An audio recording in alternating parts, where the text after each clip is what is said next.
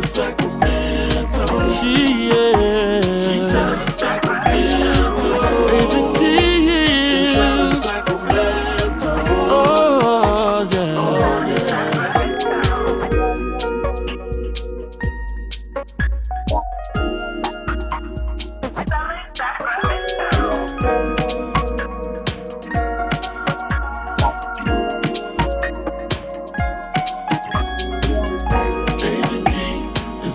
Sacramento.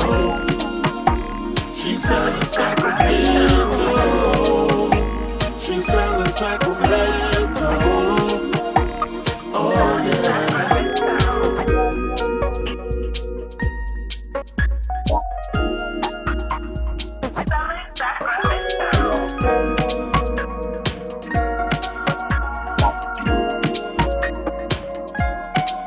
Agent Key. She's out of Sacramento. She's out of Sacramento. Agent Keys. She's out of Sacramento. Oh yeah. Oh yeah.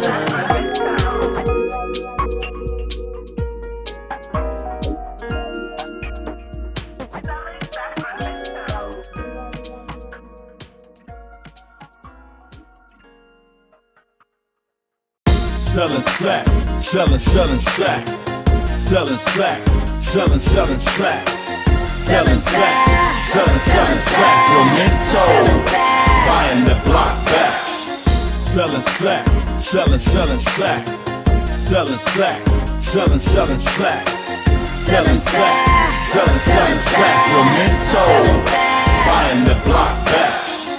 Selling slack, selling slack, selling slack. Selling slack, selling slack, selling Sacramento, buying the block back. Selling slack, selling slack, selling slack, selling slack, selling slack, selling Sacramento, buying the block back.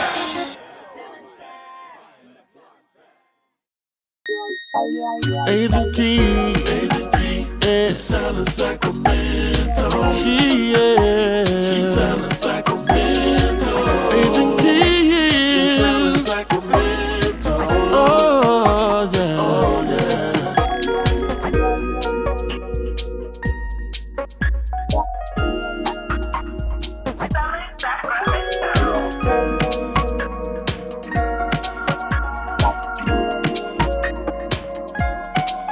Agent Key, she's out of Sacramento. She's out of Sacramento.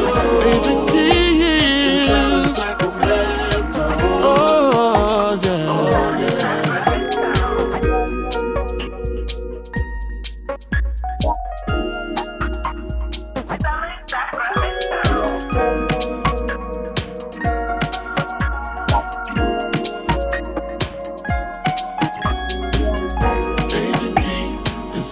Sacramento. She's out of Sacramento. She's out of Sacramento. Oh yeah.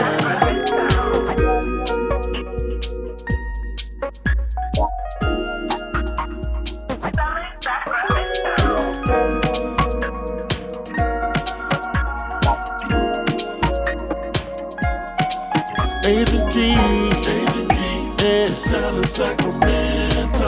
She's out of Sacramento. Agent Key, she's out of Sacramento. Oh yeah. Oh yeah.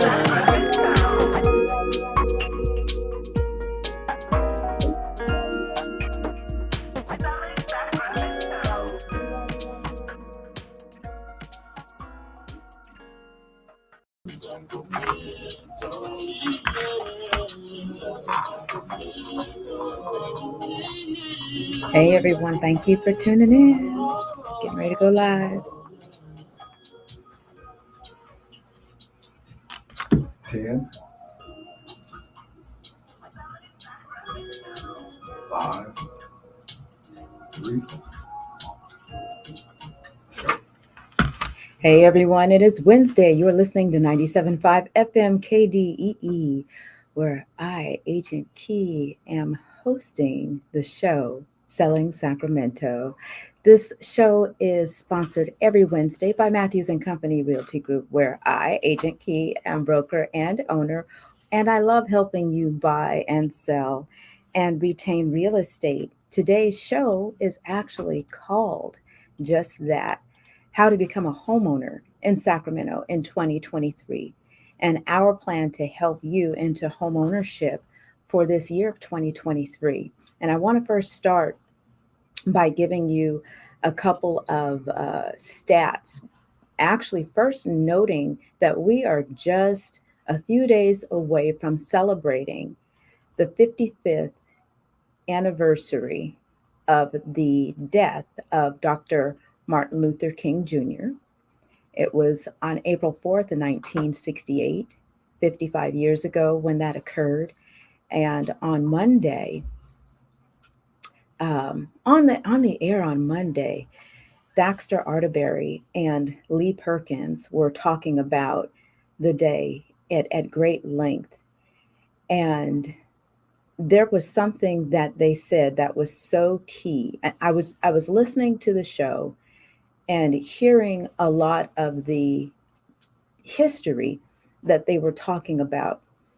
And a phrase that they used that just clenched me said, "There's celebration without education."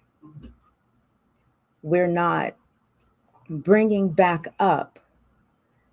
And actually, I don't remember if the word education is what they used, but it makes sense here too. Whatever they said, it was very catchphrase-ish, but it meant the same thing, that we were commemorating the day, that we're celebrating. We are so caught up and commercialized. We've almost commercialized that day that we forget about the purpose of that day. And if we forget about the purpose of that day, the sacrifice of that time, the sacrifice of that era, then it makes it very easy to overlook a lot of the indiscretions and things that are happening to the Black and brown and minority communities as it pertains to real estate, not just real estate, just the entire racial overtone. And where am I going with that? We have commercialized the "I have a dream" speech. But before the "I have a dream" speech, before Dr. Martin Luther King, came hundreds and hundreds and hundreds of thousands of people, Black Americans, who were being disenfranchised, killed, raped, murdered, burned out of their communities, so on and so forth, that it took the actual platforming of Dr. Martin Luther King and then his death as a sacrifice to make an impact in American culture, to finally say enough is enough. And less than 1 week later, the Fair Housing Act was enacted, became law. And I want to say this, the Fair House, just to give you some history behind that, let me just read this to you. I wrote this out actually on Monday. I had planned to do a video on it, and I just couldn't bring an end to what I was saying. It just kept getting longer and longer and longer because my emotions behind it. I realized you've got so many emotions in what you're saying. This is never going to come to an end. How are you going to close this out? So I just want to talk about some highlights of what I wrote. And what I'm saying right now is it ties into today's show. So just hang in there with me, okay? So 55 years marks the anniversary of Dr. Martin Luther King's death. On Wednesday, On that Wednesday, President Lyndon B. Johnson signed into law the Civil Rights Act of 1968, 1 week after his death. It's commonly known as the Fair Housing Act. It was one of the last major pieces of great society legislation, and its passage did not come easily. Congress had already rejected two earlier versions of the law. So it wasn't Dr. Martin Luther King's death that initiated this legislation. This legislation had been on the table for quite a while. It was his death that initiated the passing of it very quickly because of the huge riots that ensued because of his death occurring. Congress had rejected two earlier versions of the law, and the 1968 Act seemed destined for a similar fate. But on April 4th, after a gunman fired a single shot at Martin Luther King Jr., fate turned. With riots breaking out across the country and federal troops patrolling Washington, D.C., Johnson pushed the bill through a newly receptive Congress. All of a sudden, the tone and the sentiment had changed. Something has to be done before they tear this country up. I can imagine. Signing the law, he remarked that few in the country believed that fair housing would, in our time, become the unchallenged law of this land. And indeed, this bill has had a long and stormy trip. It still has far to go. Dr. Martin Luther King sought equality and human rights for African Americans, the economically disadvantaged, and all victims of injustice throughout peaceful protest. But on April 4th, he was shot and mortally wounded as he stood on the second floor balcony outside his room at the Lorraine Motel in Memphis, Tennessee, and he was pronounced dead at 7:05. Just 1 week later, the Federal Fair Housing Act was put into law. The reason that this is important is because so many people would want to believe that because that Fair Housing Act law became law, that all of a sudden the injustices are gone. All of a sudden, there is no more discrimination. Fair housing for everyone. That's what we would think. However, just because something becomes law doesn't change the mindset of everyone. That takes time, training, and admitting that there actually is a problem. We have to continue to educate ourselves about America's past. Because if we don't, entire generations go by without knowing what happened and why we are where we are.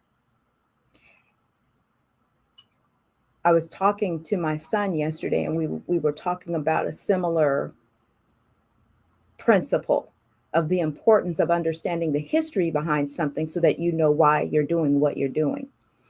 And I don't know how many of you have heard the story about the pot roast.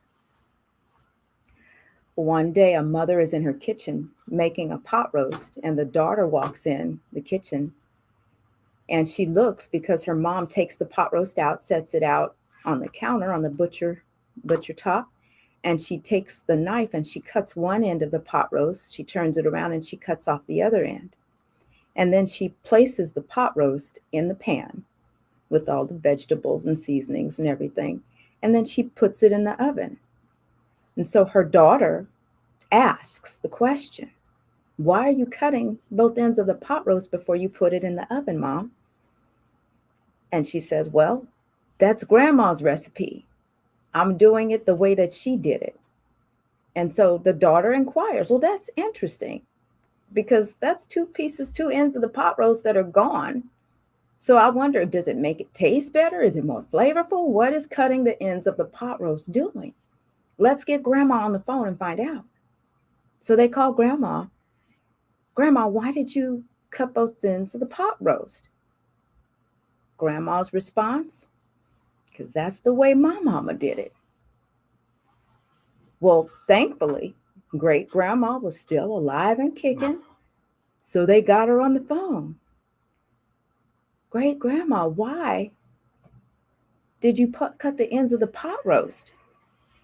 Because grandma is doing it, and now mom is doing it, and I'm watching my mom and I'm trying to learn how to cook, and I just want to know. It just occurred to me that, is that part of the recipe? What's going on? Great grandma said, baby, I cut both ends of the pot roast because we had to make it fit in the pan, and to get the pan to fit in the oven. Think about that. They don't make pans that small anymore. They come a lot larger now. And ovens are made a lot larger now, but nobody asked the question for 2 generations. They went on cutting the pot roast without asking the question for 2 generations. Why is that happening? Why is that process set up like that? And once you ask the question and get the answer, now you look back and you say, wow, how many pot roasts were sacrificed? How much meat was wasted? How much food went to waste because nobody asked the question, why are we doing it like that? That's ineffective. When we think about where we are with housing and the iniquities in housing and how ineffective the current practices are, we should be courageous enough, without waiting for permission, to do something about it, because the questions have already been asked. Now the answers are coming out. It was right for that time because it was legal.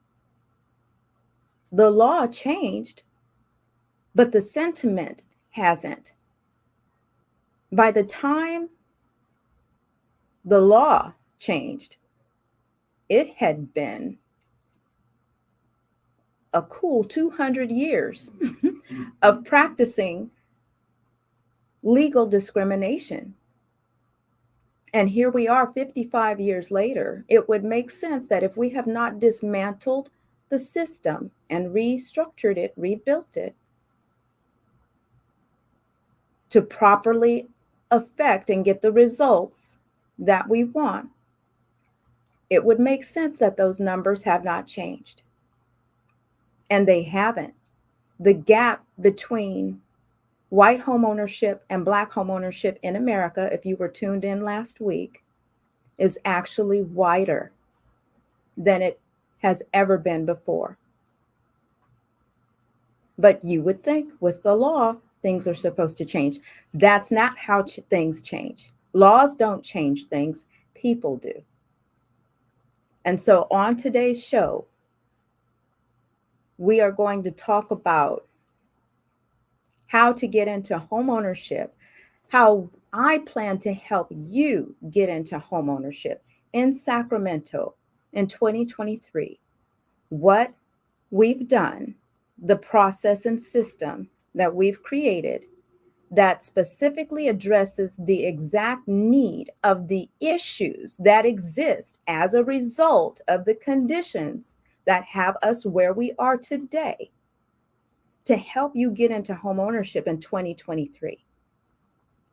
The current processes and systems that are in place make it very easy for those who are in the industry to say, you're not ready, we can't help you. This is the process, this is the system, you don't qualify. This is the process, this is the system, you're not there yet. This is the process, this is the system, there's nothing I can do for you. So now what we've done is said, hey, that's a lot of wasted roast right there.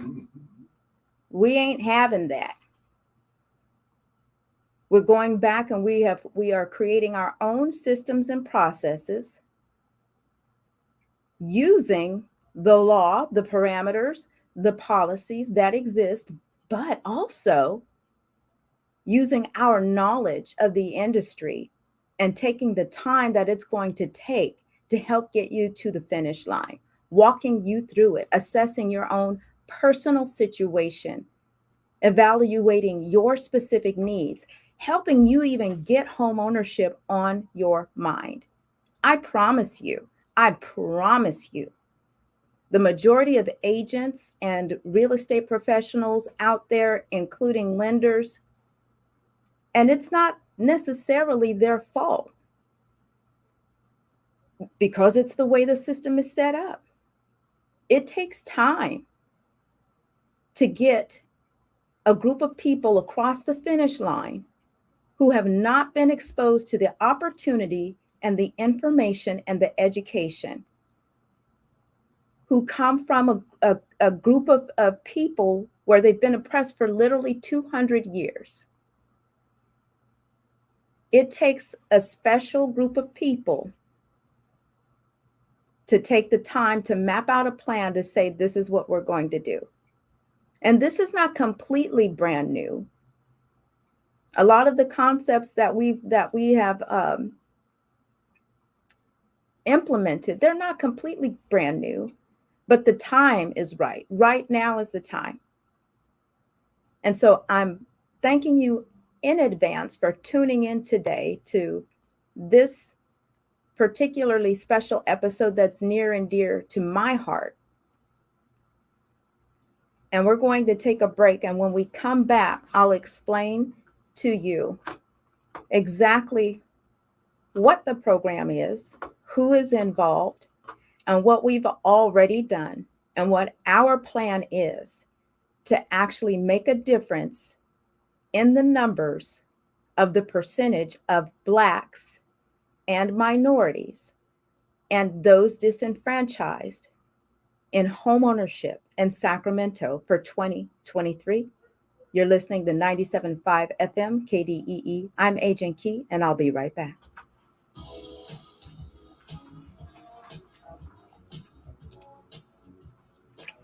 Thank y'all for tuning in. If you're watching right now, say something in the chat, in the comment section, and let me know you're there. Say hey. Someone was trying to call.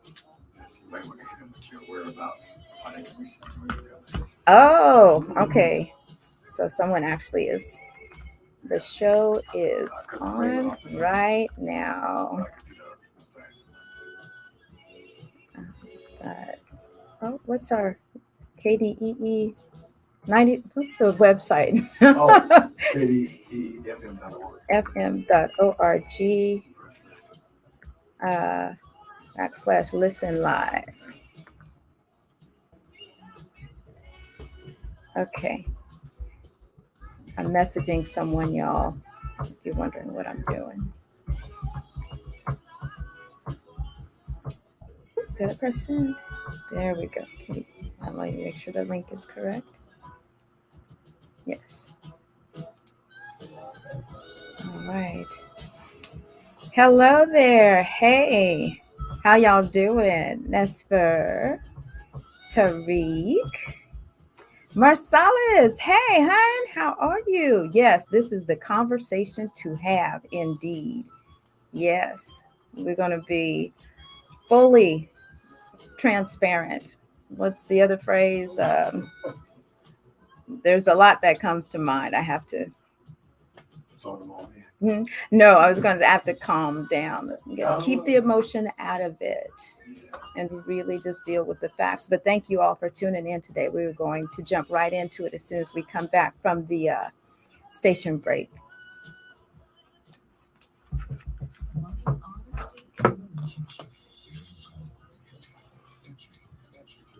Tariq said, I love the North Oak Park area.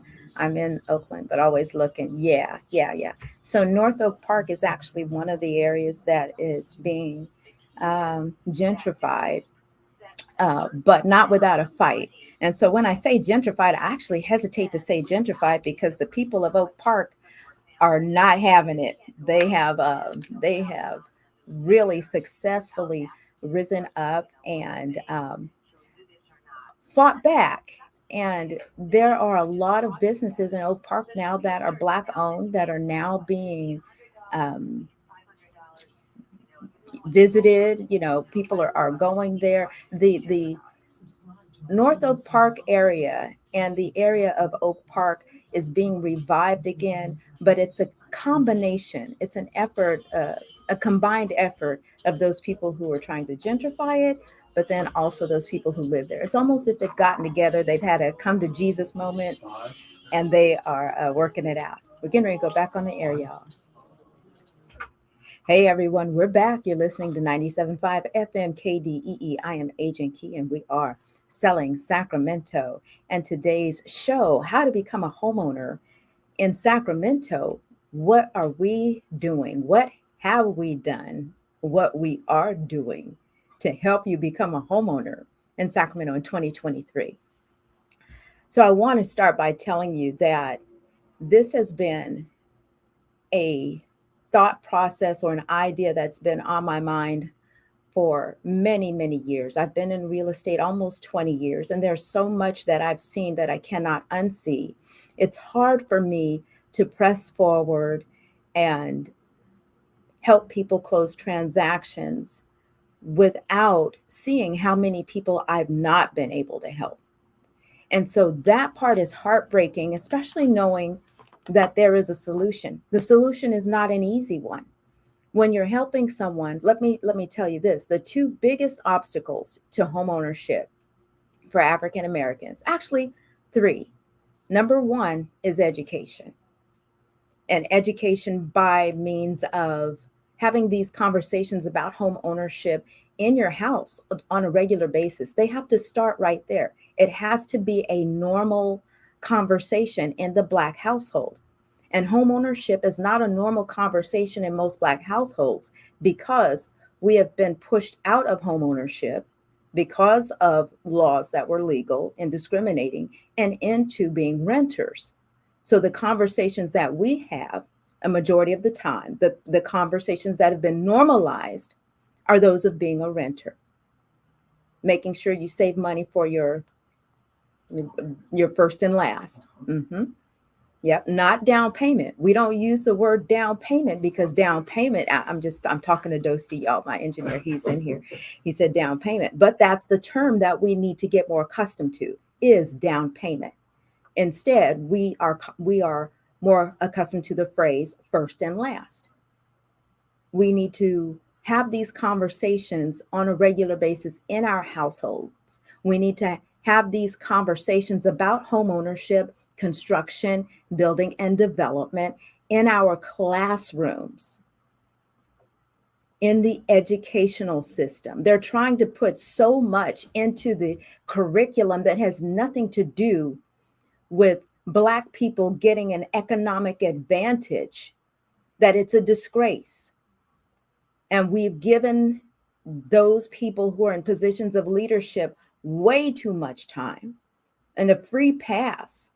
And the numbers are not changing.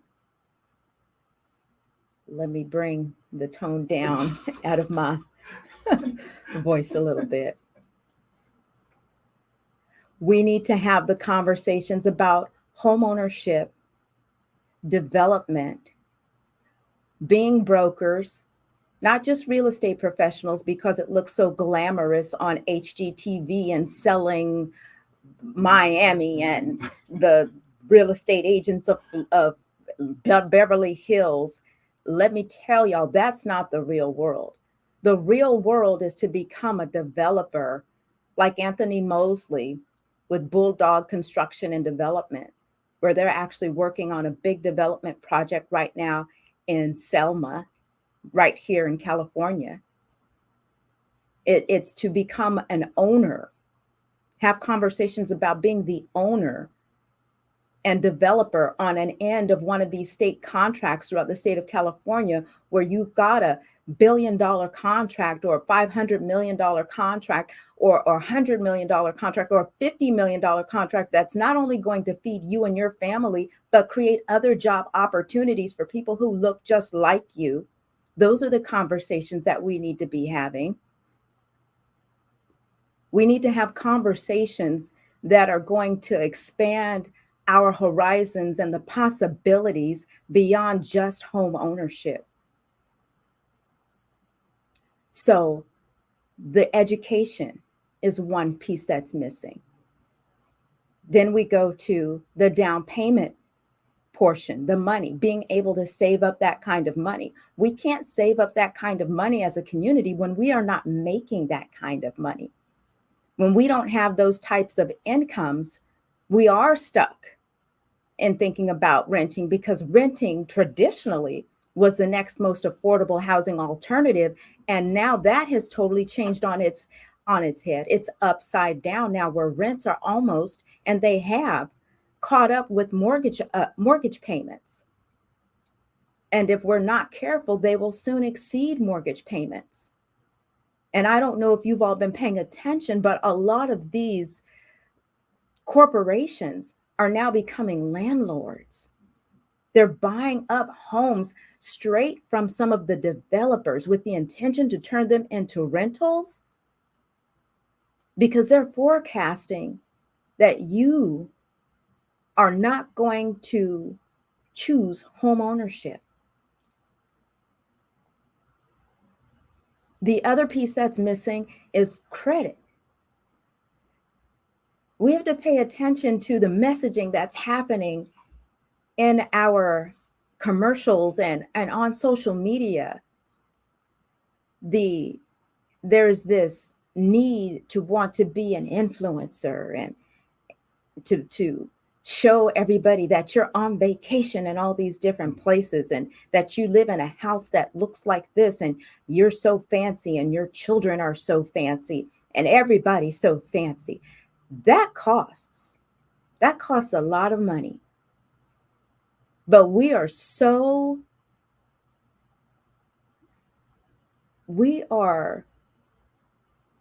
being hypnotized to believe that that is the thing to do, that is going to get us the approval, the acceptance that we want and desire, that sense of belonging. We have to get out of that. That's a trap.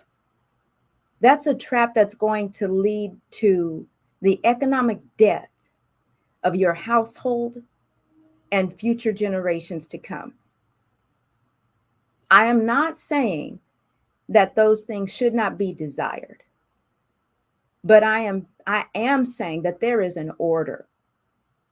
There is an order in which things should be done, so that when you do travel, when you do buy fancy cars, when you do buy fancy watches and clothes and dress your kids in the finest clothes, that you're not breaking the bank, that you are not living beyond your means, that you own the home you live in, that you own the ground the house is on, that nobody can come and knock on your door and tell you you've got 60 days to be out of here because I'm selling this house. It has to make sense. So credit is huge, because oftentimes, in order for us to keep up with the Joneses, we go and use credit to make these things happen. And then when it's time to think about home ownership, we're not even trying to look at a credit score. So, and now, because I'm so much in debt, I'm afraid to look at my credit score. I'm going to act like home ownership is not for me. I might even just change up my whole attitude and be like, I ain't trying to find all of those reasons to say home ownership is right for me, because I'm afraid to look at my credit score. Find all of those reasons to try to say home ownership is not right for me because I don't know how to save money, or I don't have a good relationship with money. And today I want to invite you to a safe place to do what I call just have the conversation. Just have the conversation. Have a come to Jesus moment with yourself and say, you know what? She's right. She's right. We live in high on the hog and don't have nothing to show for it. Somebody could come knock on my door today, or somebody just knocked on your door last month, or you got a letter in the mail. Somebody listening right now knows exactly what I'm talking about. It's happened to you or somebody you know, and it didn't feel good. And if you are renting right now, don't think you are of the out of the way of it happening to you. As long as someone else owns the home that you are living in, you are open to the possibility of receiving that notice that they are going to give you 30 days or 60 days, and then you have to be out of that house. That is not a comfortable situation. And let me put it in perspective for you. Average rent right now in Sacramento County is about $2,500 a month or more in some instances. When you prepare to rent, you also have to come up with the first month's rent and the last month's rent. Do the math with me. That's about $5,000 out the gate. We're not even talking about the cost just to apply. I've seen some rental application fees as high as $75. $75 for an application fee. And they don't even respond back. They just take your money. When you get out there and you start looking for a property to rent, you don't just try one place. You're trying over and over again and again. Multiply that. I'm sure there's some people listening right now, y'all that are watching online. If you've ever applied for a property to rent, tell me how many times, how many different houses did you apply to? How much did it cost you to apply? How long did it take? Did you get the place? Did they respond back? The majority of these property management companies are automated. They are not returning phone calls. You have to go online to apply, and you might get a call back. You might get a message. Maybe. Otherwise, they're only reaching back out to you if you are a candidate and they start looking over your application to approve it. That $5,000 plus that you just spent, we're not even talking about moving costs. And hoping that you get your deposit back from the place that you rent. But that $5,000 could be applied towards you being a homeowner. That $5,000 could now go from being your first and last to your down payment. You've always heard, and there still are programs out there for first-time home buyers, down payment assistance programs. When you connect with us, and I'll reiterate my phrase that I use, I call just have the conversation. Just having the conversation allows us to hear what your financial situation is, what your housing situation is, what you would like for it to be. It's a safe place for you to talk about, here is what I've been doing, and I want to change all that. I want to change all that, Key. I want to learn how to have a better relationship with my money. I want to learn how to budget. How do I find out what down payment assistance programs work best for me? How do I find out if I qualify also for closing costs? Closing costs and down payment assistance are two different things. The down payment is the percentage of the purchase price that you put down towards the property. So if the property costs $400,000, 1% of $400,000 is $4,000. So if you're putting down 1%, a lot of there are FHA programs that require you to put down 3.5%.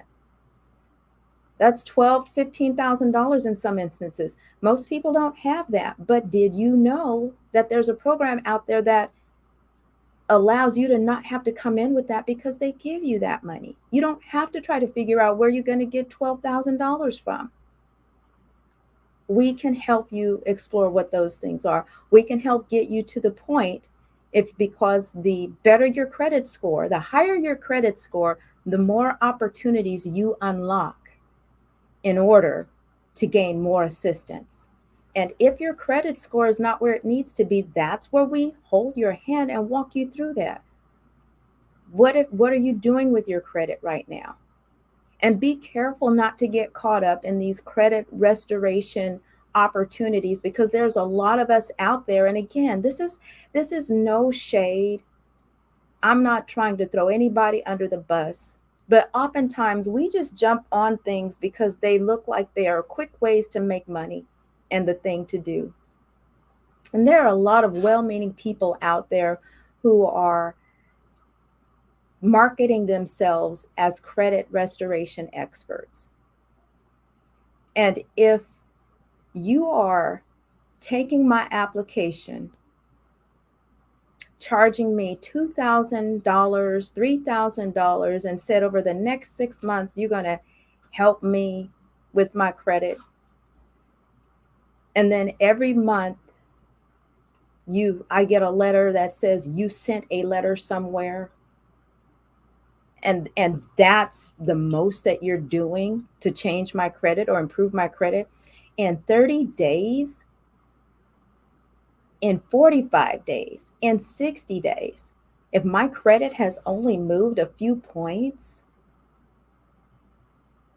that's a ripoff. A legitimate credit restoration company is going to tell you upfront not only what they can do, but what the likelihood is of your score changing, and a simulator as to exactly how much you can expect it to change based on what it looks like now and the plan that they have mapped out for you. That is what a legitimate credit restoration company will do. And I guarantee you, they are not going to ask you to pay $2,500 out the gate. That's wrong. That's just wrong. That's $2,500 you could throw at your debt. Come on now, make it make sense. You threw $2,500 at your $5,000 debt.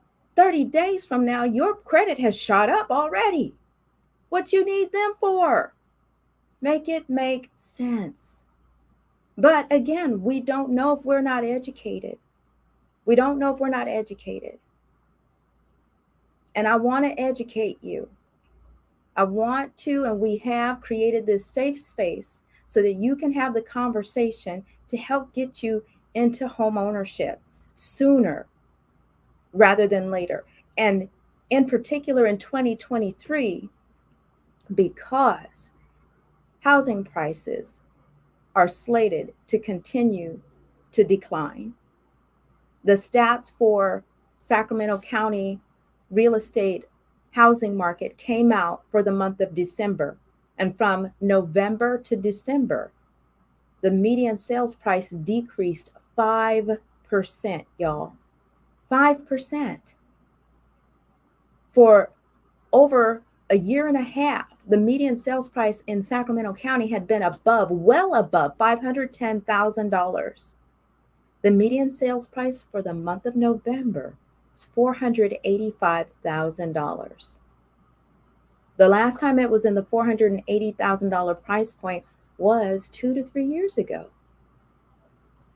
And we watch trends. We don't speculate.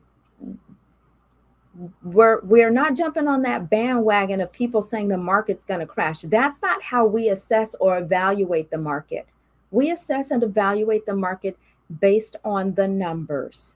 Numbers create trends, and trends are what signify what could possibly happen. And we forecast and speculate based on the trends and the numbers. So the current trend over the past 6 months is saying that Sacramento market is on the decline. It doesn't say that it's crashing, but it does position someone who's thinking about buying to say, hey, I better get ready and prepare myself. This might be a good time to buy. Interest rates are between 5 and 6%, which are, guess what? Back to where they were before COVID. When COVID hit and we went into quarantine, the feds dropped the rates, and then mortgage rates followed suit and dropped down to as low as 2%. And that was to induce spending, to get people back out there buying. And then prices shot up. So it would only make sense that if the rates then went up, those prices are going to come back down. And here we are now, and that is what's happening. And I want to read something to you all. Forbes magazine said in the entire state of California, they just released this article a few days ago. Forbes magazine, and this is through ABC 10 News reporting, that Sacramento is California's best place to live in 2023. They released a list of the state's best cities. Modesto was ranked as the 8th best place to live, followed by Oxnard, Vallejo, Los Angeles, San Francisco, and San Diego. Bakersfield was ranked in 10th place, while Fresno came in 9th. The list was based only on metropolitan cities in the state that Forbes analysts determined could be good places for families, retirees, or young professionals to call home. That data was taken into consideration when making the list. It included the city's population, the median home price, the cost of living for a family of 4, personal income per capita, unemployment statistics, a community well-being index, and crime rates from the FBI. So according to Forbes, Sacramento has among the lowest unemployment rates in the state and offers a lot of activities for individuals and families. And in the ranking, Forbes also noted Sacramento's professional sports teams, the bike trails, breweries, and coffee shops. So this is information that if we live in Sacramento, we're already aware of. But when a magazine like Forbes creates an article like that, what are they doing? They're tooting our own horn. They're putting us on the map. They're letting everybody else know that we're out here and giving other people options when they're looking for some place to relocate to or choosing somewhere to live. Other people are coming to Sacramento and they're seeing what we are already enjoying. And oftentimes when you live somewhere or when you enjoy something without thinking about it, you can get to the point to where you almost take it for granted. And I'm sharing that information with you about that article because as these prices get lower, y'all remember a few years ago before COVID, what was our biggest pain? The mantra that I kept hearing over and over and over again here in Sacramento was, I'm leaving California. I'm leaving California. It's just too dang expensive to live. Those folks who were saying that had no idea prices were going to go up 27% more, right? The biggest problem then was people from the Bay Area moving into moving into Sacramento and calling Sacramento home. So if you thought people coming from the Bay Area moving into Sacramento made it hard, what do you think is going to happen when people just realize, wow, Sacramento is a cool little spot, right? Another article that I want to share, and this is to help put the numbers in perspective. Let's see what the analysts are saying. What are the economists saying about the housing market in 2023? This article is from Forbes magazine.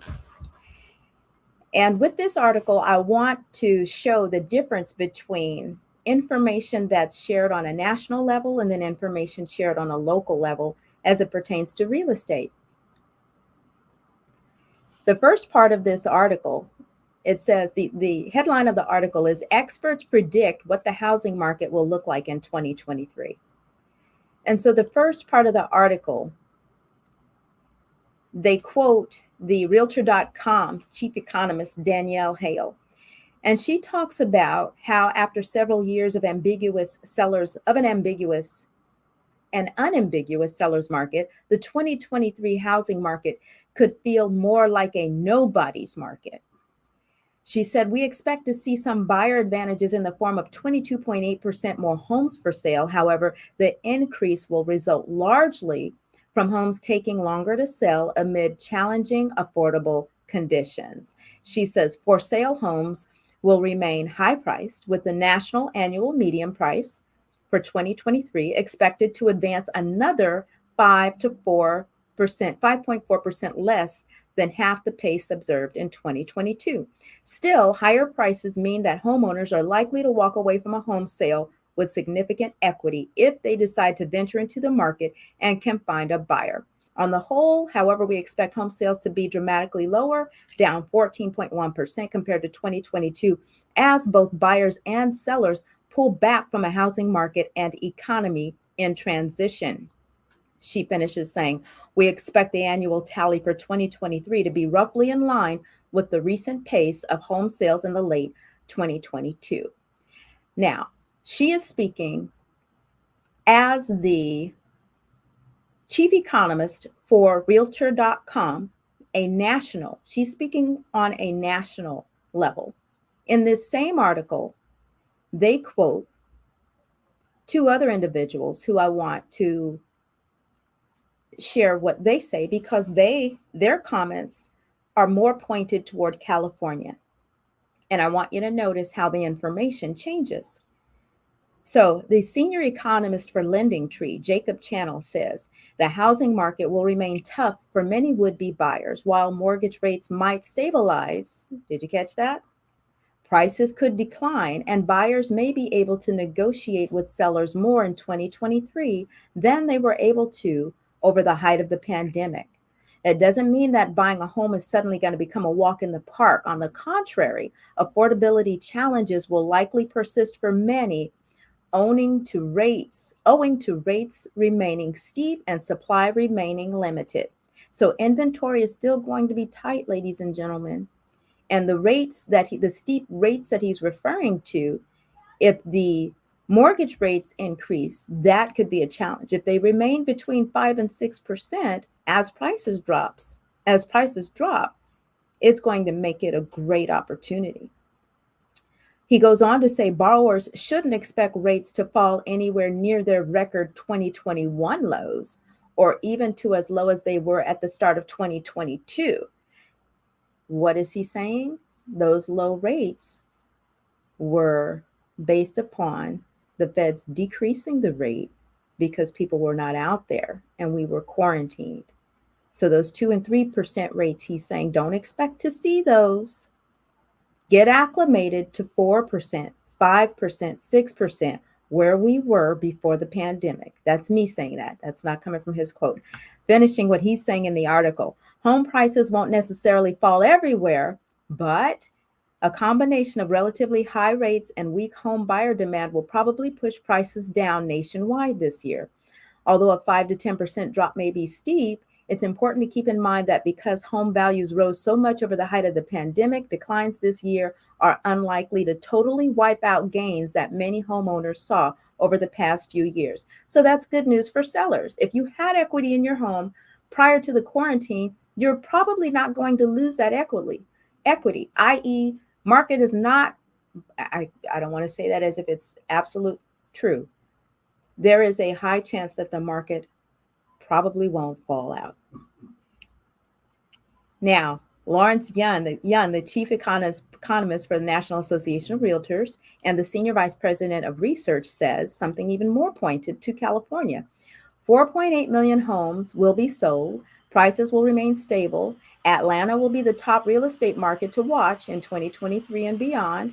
Home sales will decline by 6.8%. Median home sales price will reach $385. That's in the United States.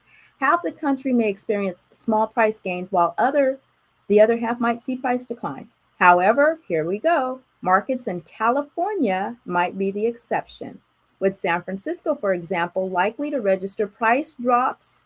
Hold your hats, ladies and gentlemen. Price drops of 10 to 15%.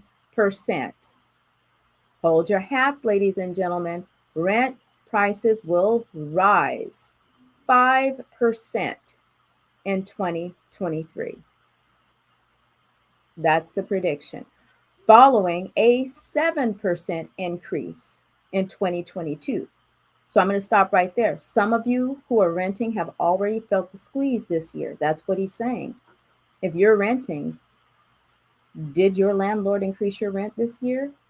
The majority of you will probably say yes. The article goes on to say foreclosure rates will remain at historically low levels in 2023, stopping right there, further backing up the claim that there's no fallout happening, comprising less than 1% of all mortgages. The gross domestic product will grow by 1.3%, so on and so forth. But I wanted to point that out because it goes back to my point that in 2023, this could be a great time to buy. I want to acknowledge some of our viewers who are watching on social media. Nesper, Tariq, Marsalis, and Chantil said, so true. That's my goal for me and my kids, getting my credit together ASAP. Been in an apartment since over 5 years. We got you. We got you. And I want to tell you all who are listening how we got you. Go to joinclub100.com. www.joinclub100.com, and let's have the conversation. I didn't take a break, so I'm just going to go all the way through until the end of the show. We may as well. And click on the tab and tell us what is stopping you, what is preventing you from getting into home ownership. Miss Nesper, thank you so much. She said, I enjoy listening and learning. Thank you. www.joinclub100. Reach out to us. We're going to circle back to you, get an appointment scheduled to have the conversation.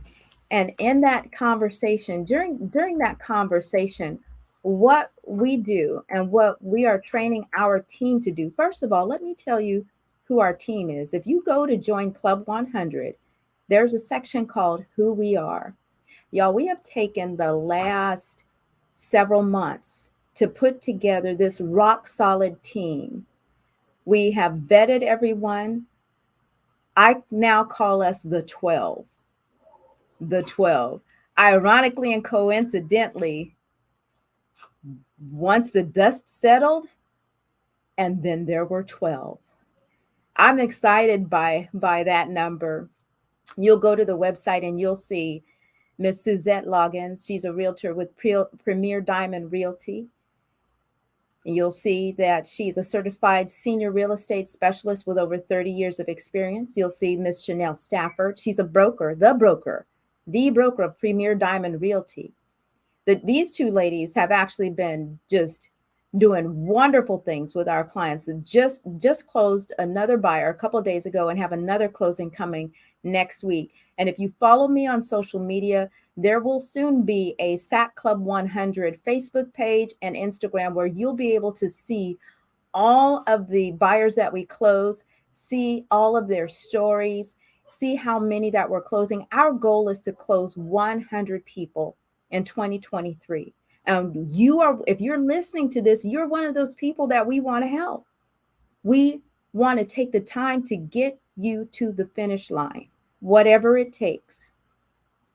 And again, Ms. Chanel Stafford is the broker at Premier Diamond Realty. You'll notice we're all from different brokerages. Mr. Keelan Johnson is a realtor with the team Fast Real Estate at eXp Realty. Another gentleman that's coming along, and he's actually been in one of my coaching programs. And so I know that he's got systems and processes in place, and he has a heart for the people and for the community. That's another thing that it takes, that you'll find that's interwoven through the entire team. As I call these names out, some of you probably already know them and may have experience with them, so you can testify to them being on the team. Summer Lopes with Summer Home Loans is one of the mortgage consultants. Summer, I call Summer, she is Miss Empathetic. Oh my goodness, she's going to hold your hand, help you, cry with you, but she's going to do the work. She's going to put in that time. Ray Upchurch, he is a vet in the industry. He's with Excel Mortgage Services, and he is one of my best and favorite friends and people on the planet. And I'm just honored that he's a part of this team. Y'all have heard Jamal Bay with Guild Mortgage. He's another mortgage professional who is just hitting home run after home run. He's probably closed more of my buyers than any other mortgage lender because that's just his aptitude. That's just what he does. He's just set on, let's get it closed, turning over every rock, whatever needs to happen. Jeff Collins, another one. He has more than 10 years experience in the industry, and he's with Answer Home Loans. And Jeff told me the other day that he was just thrilled to be on the team gleaning, and he admitted that he had grown so much. He said, there's a part of Jamal, there's a part of Eddie. He said, I'm just feeling everybody. I'm excited about what we're doing, Keisha. Joe Green is another mortgage consultant with Green Mortgage Solutions. He and his wife, Kasha, they are both on the team, and they are amazing. They are taking on this, what am I call? I call it a community, but they are taking on this mission. Everyone is taking it on as if it's their own. You have to have that kind of buy-in, and that's how all of these people that I'm naming have made it as one of the 12. So I'm excited that they are both on the team, and Joe is just amazing in his follow-up and his connecting and his understanding with the clients and the work that he puts in. So I just love Joe that he's on the team. And y'all know Eddie Johnson. You've heard his name before. He's another team member. He is the manager over there at Premier Mortgage Resources, and he's got a big team that he's just pouring into. And he's been one of my lender partners for many, many years. If you're a client of mine, chances are Eddie may have closed your transaction. And then Daniel Robertson. Daniel Robertson is probably the youngest lender on the team, but he has an old soul. He comes from that kind of background where he don't like to bump his head. He wants you to pour into him, and he's going to learn. He has a heart of humility, where all it takes is one time for him, and he's getting it right. I love Daniel on the team. You guys, go to Join Club 100 and let's have the conversation. Just contact us. That's the team. That's the team. And we want to get you to home ownership in 2023. So join the club, Selling Sac Club 100. Pretty soon you'll be able to find us on Facebook and Instagram. You're going to hear a lot of other things about our community, the SAC Club 100 first-time home buyers community, doing some great things here in Sacramento. We're not stopping with just 100. We're creating systems and processes and putting them into place. And the first 100 people that we help, as we get through your transactions, you are actually helping us fine tune to make the system better for the next person that comes along.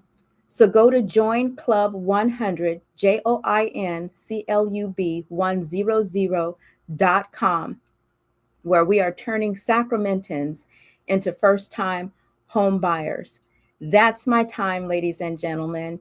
You've been listening to 97.5 FM KDEE. I am Agent Key. And remember, if you are doing what you were created to do, I will see you at the top. Hey, everyone. Thank you all for tuning in. Thank you so much. And I will catch you next week. Same time, same back channel, y'all. Love you. Bye. You do something pizza?